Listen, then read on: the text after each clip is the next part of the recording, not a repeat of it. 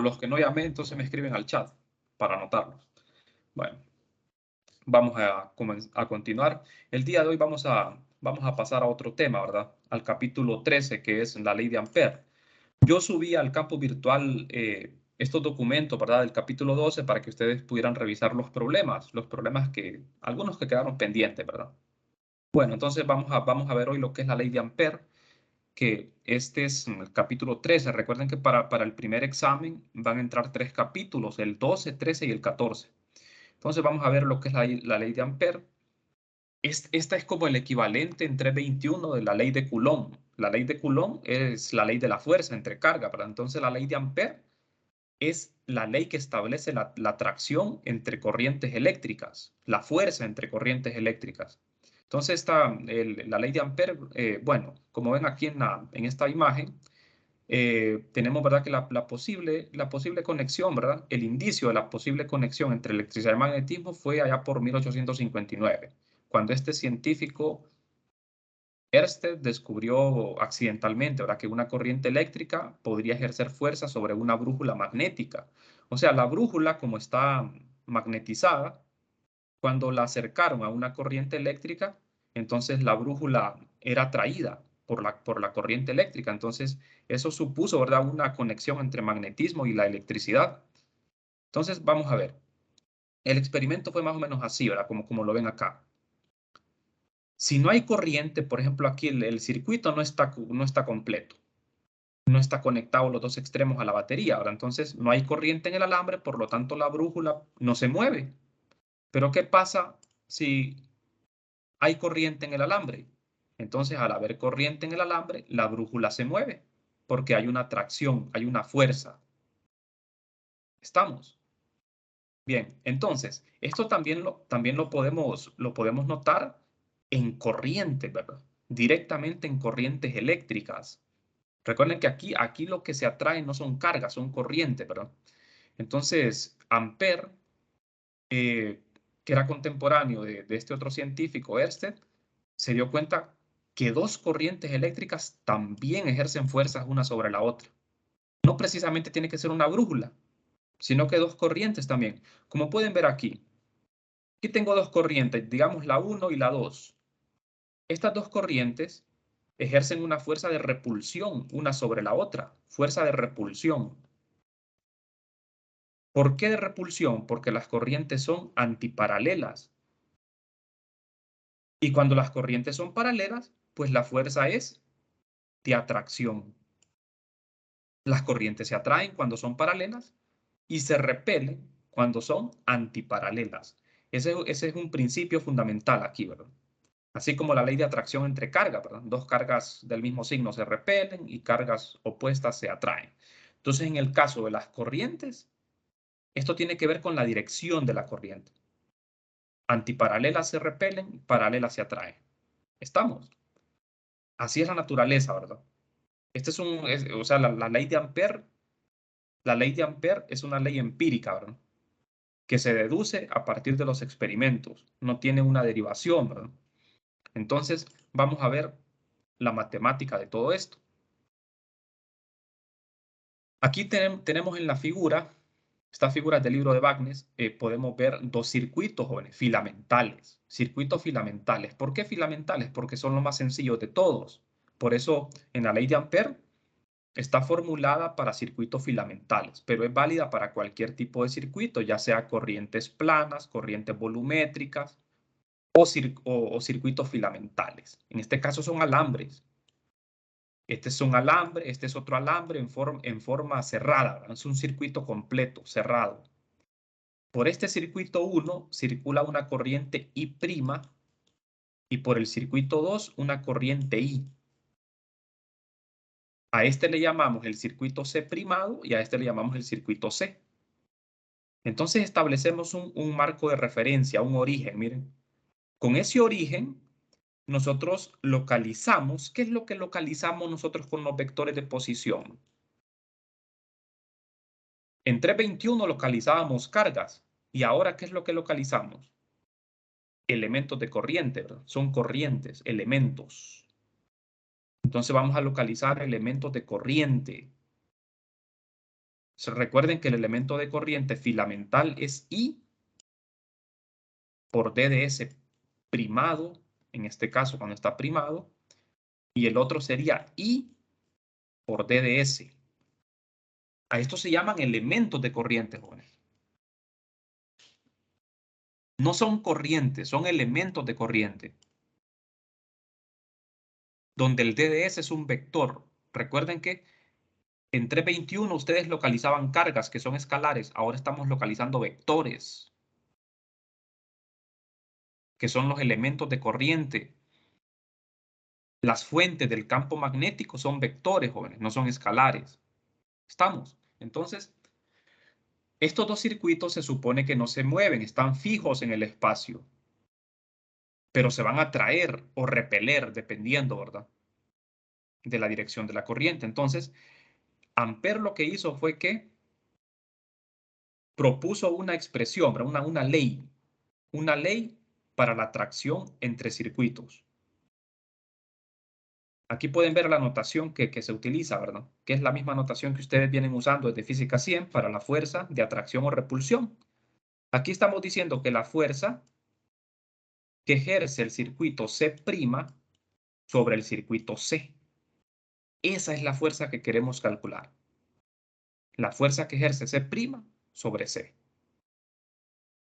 Si fuese al revés, sería la fuerza que ejerce C sobre C'. Aquí se cumple la tercera ley de Newton, ¿verdad? Bueno, jóvenes, entonces veamos. Nosotros estamos empleando elementos de corriente, como ven. Entonces, los elementos de corriente son estos que ven aquí. Para una línea, o sea, un circuito filamental, un alambre, I DDS. Para un elemento de superficie, K DDA. Aquí hay un error porque este DDA no es vector. Casi es vector. J es vector, D de tau es escalar. Entonces, aquí tenemos línea, superficie, volumen. Los tres elementos son vectores, jóvenes. Son vectores. ¿Estamos? Entonces, la ley experimental básica, porque como no tiene derivación, como se dice vulgarmente, ¿verdad? Como que se la saca de la manga de la camisa, porque esto no se deriva de ningún lado. Es una ley experimental que da la fuerza total entre C', que C' ejerce sobre C. Esta es la famosa ley de Ampère. La fuerza entre corrientes. Como les digo, aquí está expresada para corrientes filamentales, pero también es válida para cualquier tipo de corrientes, superficiales o volumétricas, o una combinación. Yo puedo tener, por ejemplo, un cilindro y una línea. ¿De acuerdo? O sea, un volumen con un alambre. Y esto ejercería fuerzas entre sí, ¿verdad? Un volumen con un alambre, con una línea. Entonces la ley de Ampère se aplica para todo caso. Solo que aquí estamos tomando el caso más simple, que son corrientes filamentales, son alambres. Entonces, vale la pena aquí hacer hincapié en el integrando de esta ley de Ampère. En el integrando tenemos un doble producto cruz. Pueden ver ustedes que entre paréntesis está el elemento primado y el producto cruz con el vector R unitario, que es el vector de posición relativa. Y fuera del paréntesis tenemos el elemento no prima. Así tiene que ser en este orden, jóvenes. Porque miren la fuerza, es C' sobre C. Cuando la fuerza es de C' sobre C, entre paréntesis tiene que ir el elemento prima. Si fuese al revés, por ejemplo, si fuese C, la fuerza de C sobre C', entonces el elemento primado iría afuera y el elemento no primado iría en el paréntesis. Esto es importante por los signos de agrupación, hay que respetar esto, ¿verdad? Primero tenemos que realizar el producto cruz que está entre paréntesis y después el resto. Entonces todo va a depender de qué fuerza estamos calculando. Si la fuerza de C' sobre C o al revés. ¿Estamos? Bien. Entonces aquí tenemos dos integrales, una integral doble. Es una integral doble. Ambas integrales, jóvenes, son sobre un circuito filamental. Y aquí aparece circuito completo, miren, porque las integrales están con el círculo. O sea, me está diciendo que el circuito es completo, es un alambre cerrado, una curva cerrada. Pero esto igualmente aplica para circuitos no completos, o sea, alambres que no son cerrados. Igualmente, esto no funciona. Fuera del integral, tenemos un factor de proporcionalidad, ¿verdad? Una constante de proporcionalidad, donde aparece la permeabilidad, quiero decir, permeabilidad del vacío. En 321 se le llama permitividad, ¿verdad? Al símbolo, epsilon, permitividad del vacío. Aquí le decimos permeabilidad a mu. Esta constante, mu sub 0, significa cómo afecta el campo magnético al vacío. ¿Cómo afecta el campo magnético al vacío, ¿verdad? Ese es el valor. Bien, entonces, vamos a ver, jóvenes. El valor de esta permeabilidad del espacio libre o vacío tiene el siguiente valor. Aquí está en newton sobre amperios al cuadrado y también en Henry entre metro. Es 4 pi por 10 a la menos 7. Un valor bastante pequeño, ¿verdad? En el vacío. Cuando estudiemos el magnetismo en la materia, vamos a estudiar la permeabilidad de cada medio, ¿verdad? Porque aquí estamos en el vacío. Por el momento estamos en el vacío. Entonces, este mu sub 0, como ven, la permeabilidad, significa qué tan bueno es un material o medio para afectar y ser afectado por campos magnéticos. O sea, en otras palabras, cómo afecta el campo magnético a un medio. Eso es lo que nos indica este valor. Eso es lo que nos indica. Bueno, entonces, bueno, vamos a ver. Si existen diferentes circuitos que pueden interactuar con el circuito C, igual que con las cargas, ¿verdad? ¿Se acuerdan, verdad? Que nosotros calculábamos la fuerza de una carga sobre otra, pero pueden haber un montón de cargas. Entonces usamos principio de superposición. Entonces aquí pasa lo mismo. Si existe más de un circuito, la fuerza ejercida por cada uno de ellos va a ser esto. Miren, una sumatoria. Principio de superposición. O sea, queremos calcular la fuerza sobre el circuito C. La fuerza sobre el circuito C ejercida por un conjunto de circuitos. ¿Estamos? Bien, la ley de Ampère se puede escribir de otra manera, una manera más simple, pero en este caso es válido para circuitos filamentales únicamente y es conocida también como la ley de Ampère, ¿verdad? La ley de Ampère, como ustedes ven, es una expresión mucho más sencilla. En el argumento lo que tenemos es un producto punto de los dos elementos de línea. ¿Estamos? Y sacamos las corrientes, ¿verdad? De la integral. Así quedaría. O sea, es una expresión mucho más sencilla, pero como ven, tiene sus limitaciones. Nosotros siempre vamos a preferir la general, ¿verdad? O sea, esta es la expresión general. Esta es la fórmula general. Y siempre vamos a preferir esta en la mayoría de los cálculos, porque además de eso, esta expresión me permite a mí definir lo que es el campo magnético, porque todavía no hemos definido el campo magnético. A partir de esta expresión, vamos a definir el campo magnético. ¿Estamos? Entonces, esta es la ley fundamental. Y esta otra sería como una alternativa en algunos casos para que es útil. Bien, jóvenes. Entonces, vamos a ver. La ley de Ampère, como les decía, se puede escribir para todo tipo de circuitos, filamentales, superficies o volúmenes. Por ejemplo, aquí miren, en la ecuación 1 es un circuito filamental sobre otro, en la 2 es una superficie sobre otra, y en el 3 es un volumen sobre otro volumen. Por ejemplo, en la 1 es un alambre sobre otro alambre, así. En el 2 tengo una superficie, por ejemplo, un plano, sobre otro plano. La fuerza que ejerce un plano sobre otro plano, superficie. Y en la 3 es válida para un volumen sobre otro volumen. Pero podemos tener combinaciones, ¿verdad? Podemos tener volumen sobre plano, alambre con plano o alambre con volumen. En ese caso, lo que hay que tener cuidado es en los elementos. Por ejemplo, aquí tenemos un caso, miren. Podemos tener combinación. Por ejemplo, la fuerza que ejerce una superficie sobre una línea, sobre un alambre.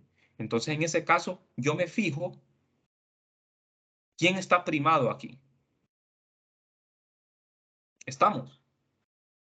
Porque el que está primado es sobre quien se va a ejercer la fuerza.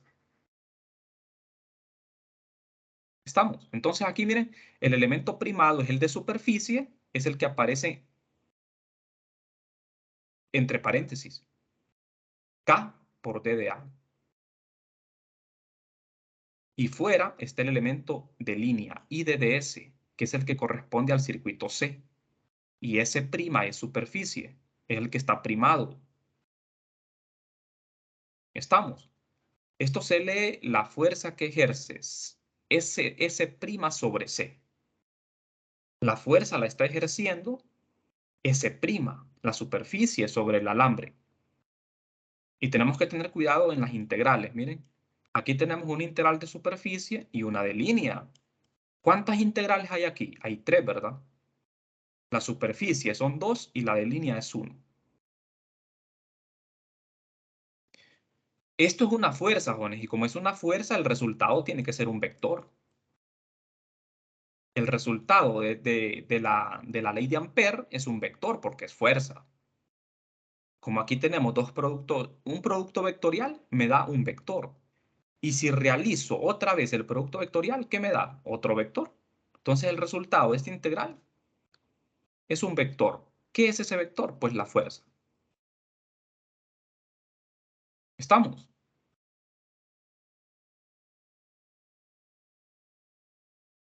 Lick, entonces la fuerza se ejerce sobre el elemento primado. No, al revés. Es Ah, la fuerza de C' sobre C. La fuerza de S' sobre C y la fuerza de B' sobre B. Así se lee. La fuerza de, por ejemplo, en la primera integral, la fuerza de C' sobre C. O sea, la fuerza la está ejerciendo el elemento primado sobre C. Pero yo lo puedo hacer al revés. Puedo poner así, ¿ve? La fuerza de C sobre C primado. O sea, recuerden, los dos ejercen fuerza, ¿verdad? Lo que pasa es que por la segunda ley de Newton, yo la fuerza solo la puedo calcular para un objeto, no para dos al mismo tiempo, ¿verdad?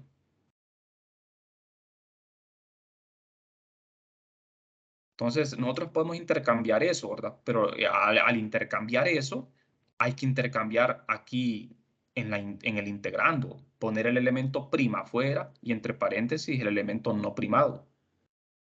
O sea, sí, eso me, eso es eso me cambia todo. lo que me confundía a mí. Gracias. Ujú, sí. Bueno, entonces vamos a ver un ejemplo. Fíjense, el capítulo 13 es bastante sencillo porque solo es la ley de Ampère. Eso es toda la teoría. Esta es toda la teoría. Entonces vamos a ver un ejemplo de cómo calcular la fuerza haciendo uso de la ley de Ampère. Esta no es la manera más práctica de calcular fuerza porque la ley de Ampère es una fórmula bien complicada, ¿verdad? Es una integral complicada porque tenemos que realizar dos productos vectoriales y varias integraciones. Por ejemplo, miren, en la integral de volumen, en esta, ¿cuántas integrales tengo que hacer ahí? Tengo que hacer 6 integraciones, porque cada integral de volumen son 3 integrales. Entonces aquí son 6 integraciones. De manera que la ley de Ampère, ¿verdad? Es una manera, la manera más complicada de calcular fuerza. Nosotros más adelante, cuando ya tengamos el campo magnético definido, vamos a poder hacer cálculos de fuerza de una manera más sencilla. Bueno, entonces vamos a ver. Si tengo dos corrientes, vamos a hacer el caso sencillo, ¿verdad? De dos alambres, corrientes filamentales, pues son alambres, ¿verdad? Tengo dos alambres paralelos, infinitamente largos, y queremos calcular la fuerza que la corriente I' ejerce sobre I, o sea, la fuerza que ejerce C' sobre C. Aquí C' es este alambre de la izquierda y C es el alambre de la derecha. Entonces yo quiero calcular la fuerza que ejerce C' sobre C con la ley de Ampère. Fíjense bien, los dos alambres son paralelos, están en el plano y las corrientes son paralelas. Como pueden ver, las dos corrientes van para arriba en la dirección de Z positivo. ¿Qué podemos concluir nosotros a partir de la ley de Ampère? La fuerza, vamos a ver, es la fuerza de C' sobre C, o sea, es la fuerza sobre este alambre. Es un vector. ¿Hacia dónde va a ir ese vector? ¿A la derecha o a la izquierda?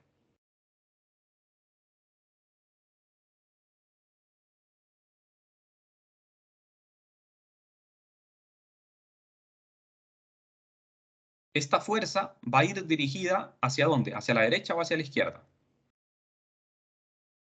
Hacia la derecha. Hacia la derecha.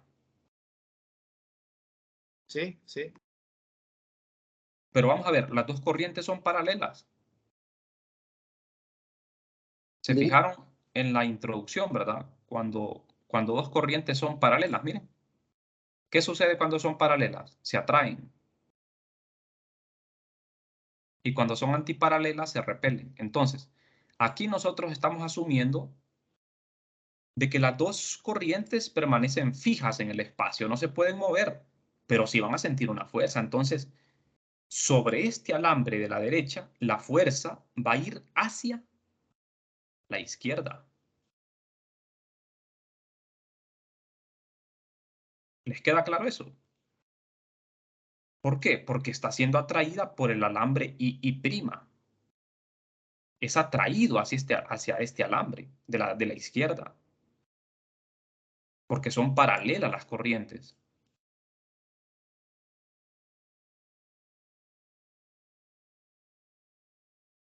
Entonces, jóvenes, vamos a ver.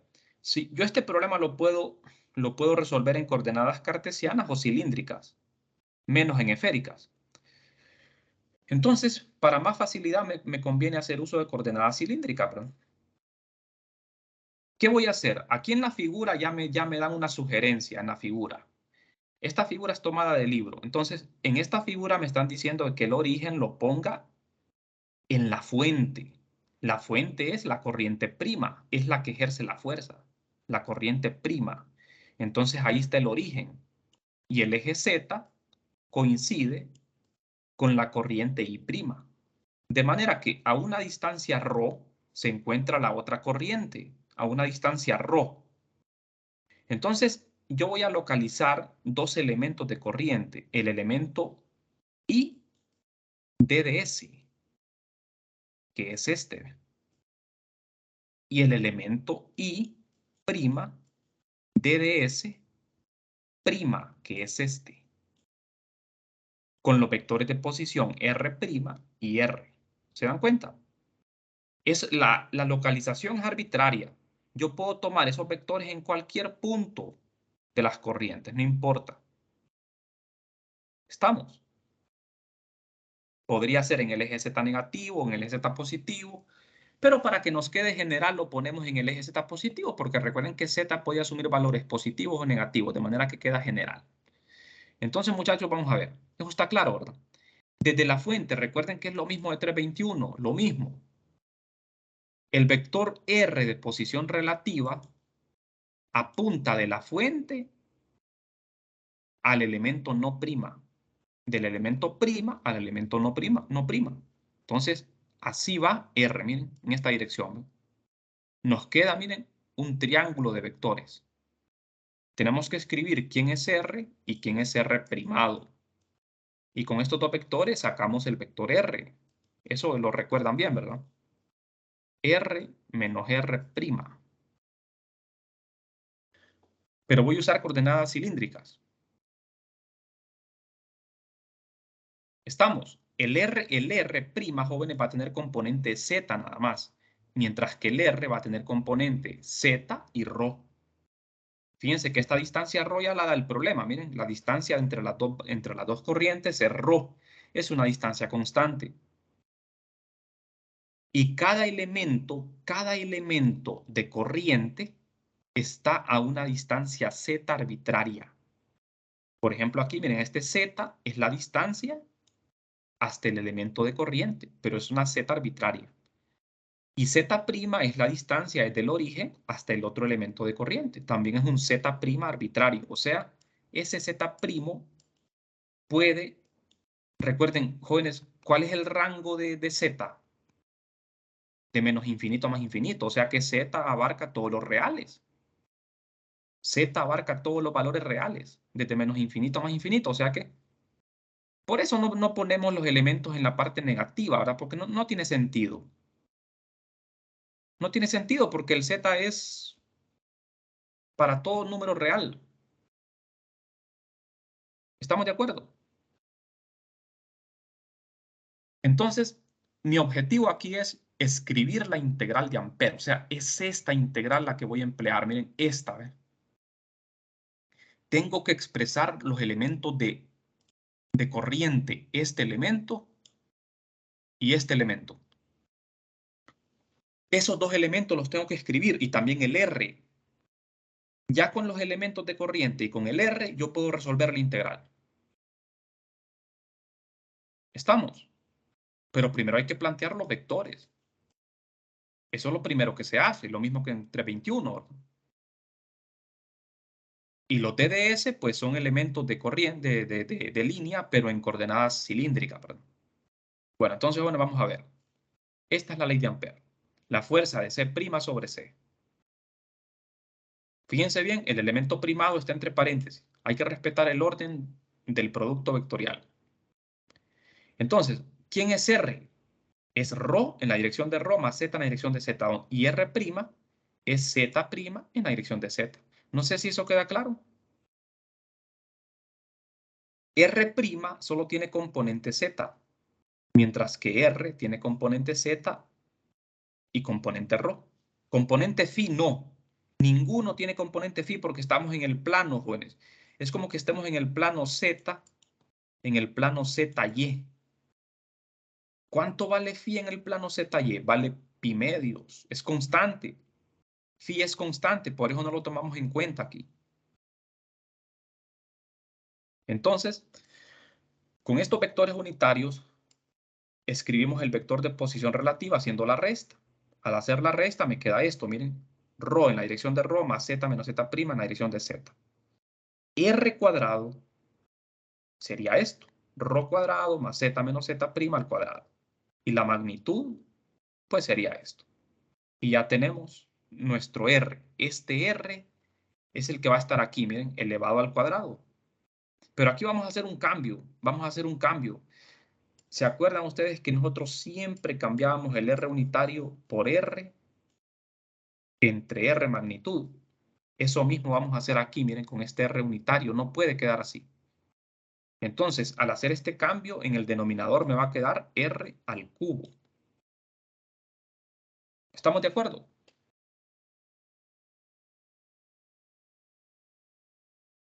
No sé si tienen alguna pregunta.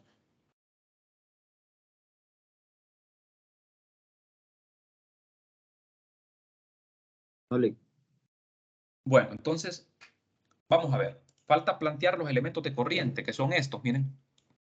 I de ds es I de dz. Recuerden que el DDS, jóvenes, en coordenadas cilíndricas tiene tres componentes. D de ρ en ρ más ρ d de phi en la dirección de phi más d de z en la dirección z.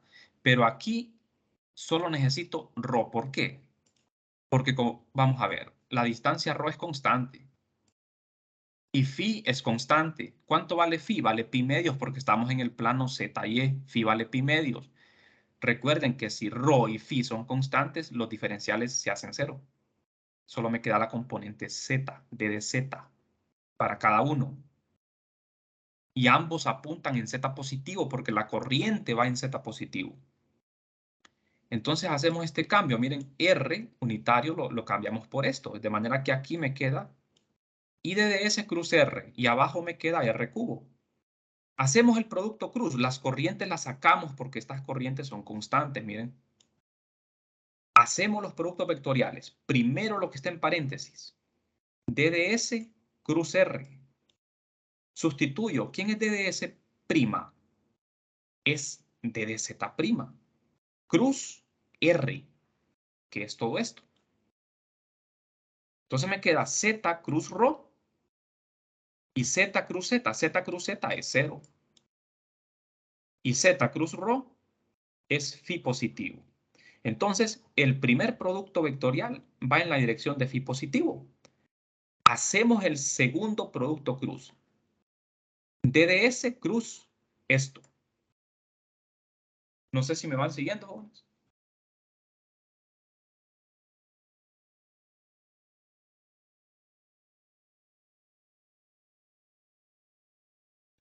Más o Sí, menos. Sí, bien, entonces, el siguiente producto cruz, ¿verdad? Esto con el resultado de esto. DDS es DDZ en Z positivo por este producto cruz, ¿verdad? Que es Rho DDZ' en la dirección de phi. Me queda Z cruz phi es menos Rho, de manera que me queda negativo. Fíjense, jóvenes, lo interesante. Este signo menos que aparece aquí me está indicando la dirección de la fuerza. ¿Se acuerdan que yo les dije que la fuerza iba a ir a la izquierda? ¿Se acuerdan, verdad? Que la fuerza iba a ir a la izquierda. Claro, la fuerza va a la izquierda en la dirección de menos Rho. Rho, fíjense que este es el eje Z, miren. Rho es positivo cuando se va alejando del eje Z. Cuando se va acercando al eje Z, Rho es negativo. Entonces, ¿en qué dirección apunta la fuerza? En dirección de menos Rho. Tal y como resulta aquí, miren. O sea, la fuerza va a ser de atracción. Va a ir en la dirección de menos Rho. Entonces, esto lo sustituimos en el integrando, miren.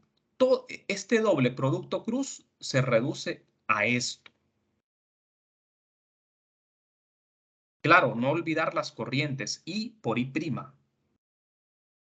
Entre R al cubo. R al cubo. Sustituyen R, pero lo elevan al cubo. ¿Quién es R? Es la raíz de Rho cuadrado más Z menos Z' al cuadrado. De manera que me queda esto a la 3 medios. Y ahora lo que tengo que hacer es resolver la integral. Lo que es constante lo sacamos. ¿Estamos? Aquí creo que olvidé poner las corrientes, ¿verdad? Aquí. Entonces me quedan dos integrales, jóvenes. Dos integrales. Ambas en Z. Una en Z y otra en Z'. Ambas integrales van desde menos infinito a más infinito porque las corrientes son infinitas. Los dos alambres son infinitos. Este es un caso hipotético, ¿verdad? No, esto no existe en la vida real porque no existen alambres infinitos. Y los circuitos tienen que ser circuitos completos. Estos circuitos no son completos, no se cierran. ¿Estamos? Bien, entonces, el orden de integración aquí, pues no importa. Pueden integrar primero en Z y después en Z'. Si integramos primero en Z', nos queda esta integral. ¿Estamos? Bien, el intervalo es simétrico, ¿verdad? Pero la integral no es una función impar, de manera que esto no se hace cero. Entonces, resolviendo la integral, hacemos un cambio variable, jóvenes, aquí, en el denominador. Es necesario un cambio variable. Usamos la variable t igual a z' menos z. Fíjense bien, aquí es z menos z', pero si yo cambio el orden es lo mismo, porque está elevado al cuadrado. Puedo poner z' menos z al cuadrado, porque eso no cambia porque está al cuadrado. Entonces, ¿por qué se hace ese cambio? Para no ir arrastrando un signo menos, porque si ustedes dejan z menos z', al hacer el cambio variable van a ir arrastrando un signo menos. Entonces, eso se hace para evitar ese signo menos. T igual a z' menos z. Mi variable es z', de manera que d de t es d de z'. Me queda positivo, miren. Sustituyo. En vez de d de z', pongo d de t. Y abajo t, porque t es esto. T al cuadrado. De manera que, ¿por qué se hizo el cambio variable? Porque estas integrales ustedes las pueden buscar en las tablas de fórmulas. Así como estaba al inicio, no la van a encontrar. Así sí la van a encontrar. Por eso es que se hace el cambio variable. Esto se puede resolver con cambio de variable trigonométrico, aunque ustedes pueden verla en las tablas directamente. No hace falta que hagan este procedimiento, no hace falta, no hace falta. Bueno, entonces, al resolver la integral, jóvenes, nos va a quedar un límite, dos límites aquí. Cuando t tiende a más infinito y cuando t tiende a menos infinito de esta función, miren. Aquí tenemos que saber evaluar esos límites. Porque así como está, esto es una forma indefinida, ¿verdad? Entonces, hacemos una factorización, me queda esto que ven acá. Cuando t tiende a más infinito, t es positivo. Entonces, el valor absoluto de t es t y se cancela t con este t. En el otro límite, t tiende a menos infinito.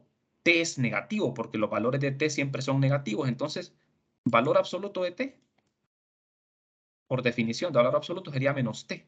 Me quedaría t arriba y abajo menos t. Eso sería menos 1. ¿Estamos? Estos límites ya los han hecho ustedes, ¿verdad?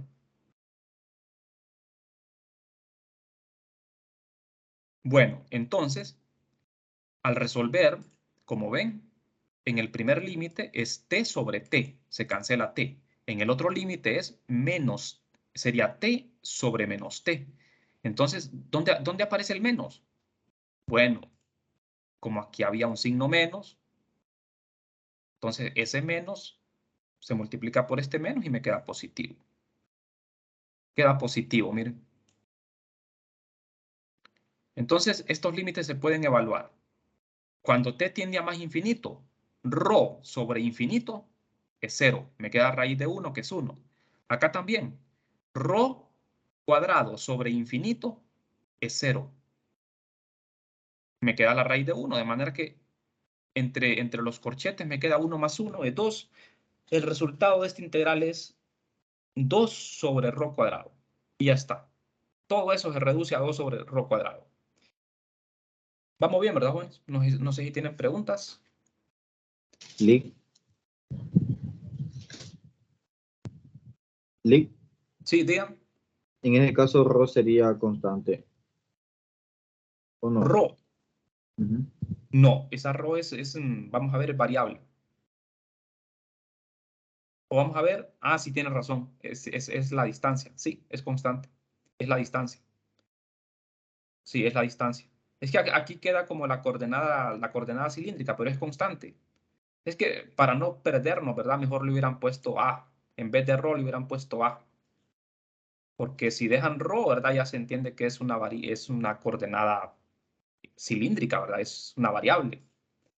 Pero aquí la dejan como ρ, es una constante, es la separación entre los dos alambres que es constante. Entonces, la segunda integral es en z. Y claro, ρ es una constante. Entonces, ese 2 entre ρ cuadrado se toma constante, jóvenes. Entonces, ¿qué sigue? Esto que está aquí, miren, se saca. Y se integra z desde menos infinito a más infinito. Pero esta integral diverge, no se puede hacer. ¿Por qué no se puede hacer? Porque el caso que estamos trabajando es un caso irreal, es un caso ficticio. No existen alambres infinitos. Entonces, ¿qué es lo que se hace aquí? Lo que se hace es, para solventar ese problema, se toma un segmento nada más, un diferencial de fuerza. En vez de la fuerza completa, un diferencial de fuerza. Entonces, vamos a ver. En vez de f, ponemos d de f, como que fuese una ecuación diferencial, ¿verdad? Y acá, en vez de la integral, jóvenes, ponemos d de z. No sé si captan la idea. Vamos a ver, este paso es muy importante. Esto lo podemos escribir como una ecuación diferencial. Todo lo que está entre paréntesis, miren. O sea, la diferencia d de f, vamos a ver, entre d de z. O en otras palabras, la derivada de f con respecto a z.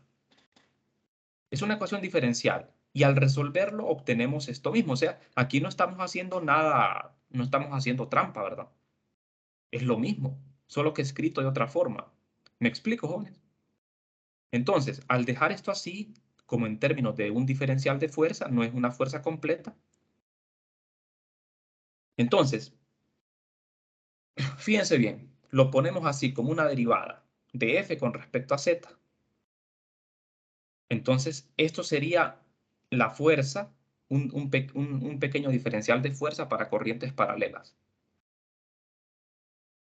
Y es negativo, miren, es una fuerza de atracción. O sea, como las dos corrientes son paralelas, la fuerza es de atracción. ¿Qué pasaría si las corrientes fueran antiparalelas? Entonces, en vez de un signo menos, iría un signo más y la fuerza sería de repulsión.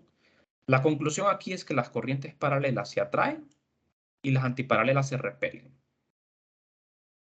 Vean, jóvenes, si tienen dudas aquí, vamos a aclarar esas dudas mañana, ¿verdad? Vamos a seguir hablando sobre este problema mañana, porque ya no nos queda tiempo, tienen prueba, ¿verdad? Las 6, entonces vamos a dejarlo por aquí y cualquier pregunta la podemos contestar mañana, ¿de acuerdo? Bueno, entonces me voy a detener por acá.